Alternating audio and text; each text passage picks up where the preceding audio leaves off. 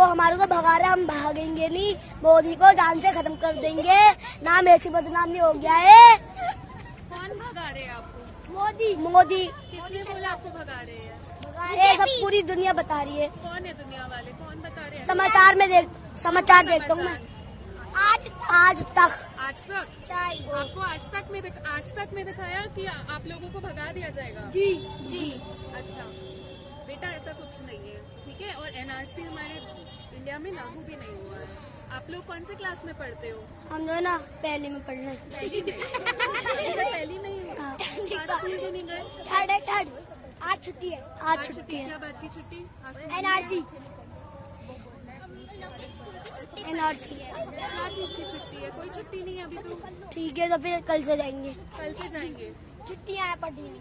क्या चीज की छुट्टी? कोई छुट्टी नहीं चल रही है। एनआरसी की पढ़नी है। सर ने खुद बताया है।